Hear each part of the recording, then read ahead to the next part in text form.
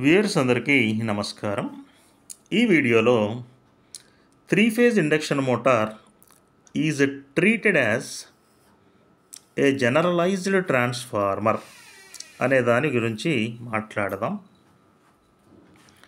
చెప్పాను కదా ఇంతకుముందే, ఈ induction motor is nothing but a rotating transformer.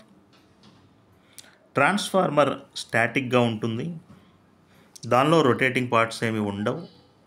But దీనిలో రోటార్ అనేటువంటి ఒక రొటేటింగ్ పార్ట్ ఉంటుంది. రెండు కూడా మరి మ్యూచువల్ ఇండక్షన్ ప్రిన్సిపులే కదా.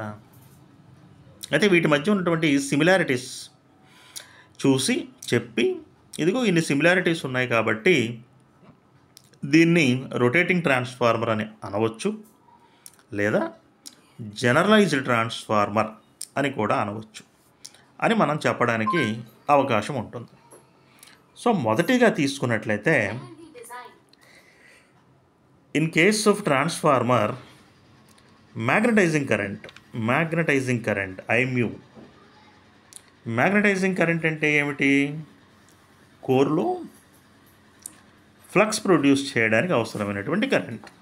నో లోడ్ కాంపోనెంట్లో చూస్తాం కదా, ఐమ్యూ అనేది, ఈ మ్యాగ్నటైజింగ్ కరెంట్ అనేది 4 to 5% of full load current ఉంటుంది. అదే ఇండక్షన్ మోటార్లో అయినట్లయితే ఇది 25 to 30% of the full load current ఉంటుంది. ఎందుచేత? ఈ ట్రాన్స్ఫార్మర్లో ఫ్లక్స్ అనేది కోర్ గుండా వెళ్ళిపోతుంది. కోర్ గుండానేగా వెళ్ళేది, ఫ్లక్స్ పాసెస్ త్రూ కోర్. కానీ ఇండక్షన్ మోటార్లో ఈ ఫ్లక్స్ అనేది ఎయిర్ గ్యాప్ గుండా వెళ్ళాలి. మరి రిలక్టెన్స్ ఎక్కువగా ఉంటుంది కదా ఎయిర్ గ్యాప్ అనేసరికి. రిలక్టెన్స్ అంటే మరి ఏమీ లేదు, మీరు భయపడాల్సింది. ఎలక్ట్రికల్ సర్క్యూట్లో అయితే రెసిస్టెన్స్ అంటాం, మ్యాగ్నెటిక్ సర్క్యూట్లో అయితే రిలక్టెన్స్ అంటాం. సో ఇది ఒక కారణం. మరి రెండవది తీసుకున్నట్లయితే, in case of transformer no load current, అంటే లోడ్ ఏమి వేయనప్పుడు, ఈ నో లోడ్ కరెంట్ని మనం ఏమనుకున్నాం? Working component plus magnetising component అనుకున్నాం కదా. I0 equal to IW plus IMU అనుకున్నాం కదా. ఇది 5 to 8% of the full load current ఉంటుంది. అదే ఇండక్షన్ మోటార్లో అయితే ఇది 30 to 40% of the full load current ఉంటుంది. అంటే ఫుల్ లోడ్లో అది భరించగలిగేటువంటి రేటింగ్ అన్నమాట ఫుల్ లోడ్ కరెంట్ అంటే. మరి ఇక్కడ రీజన్ ఏంటి? In the case of induction motor, the no load current has to supply mechanical losses also. Load ఏమీ వేయనప్పుడు కూడా మరి అది రొటేషన్లో ఉంటుంది కదా, మరి మెకానికల్ లాసెస్ ఉంటాయి కదా, దానిలో ఫ్రిక్షన్ అండ్ విండేజ్ లాసెస్ ఉంటాయి కదా. సో వాటి మూలంగా అది అడిషనల్ కరెంట్గా when compared with the transformer ఇది లాక్కుంటుంది.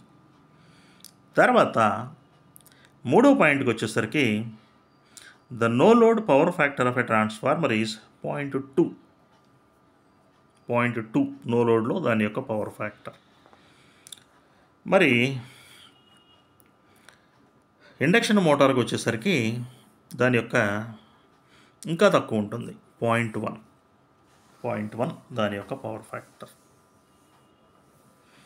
అందుకే కదా మనము నో లోడ్ టెస్ట్ లేదా ఓపెన్ సర్క్యూట్ టెస్ట్ చేసినప్పుడు మరి LPF వాట్మీటర్ వాడతాం, లో పవర్ ఫ్యాక్టర్ వాట్మీటర్ వాడేది అందుకే కదా.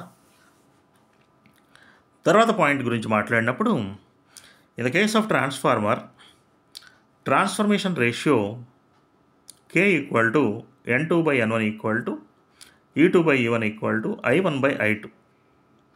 మరి అదే ఇండక్షన్ మోటార్లో అయినట్లయితే ఇది వైండింగ్ ఫ్యాక్టర్ ఒకటి వస్తుంది. Transformer EMF ఈక్వేషనే 4.44, number of phases of the rotor, resultant flux, frequency, winding factor of the rotor. Same stator, number of phases of stator, flux, resultant flux, frequency, winding factor of the stator. So ఇది కూడా ఇక్కడ number of effective turns in the rotor, number of effective turns in the stator, like transformer. So ఇక్కడ similar points మనం observe చేస్తున్నాం. Above 4 similar points are present in case of transformer and also in case of induction motor. కాబట్టి 3-phase induction motor can be treated as a generalized transformer.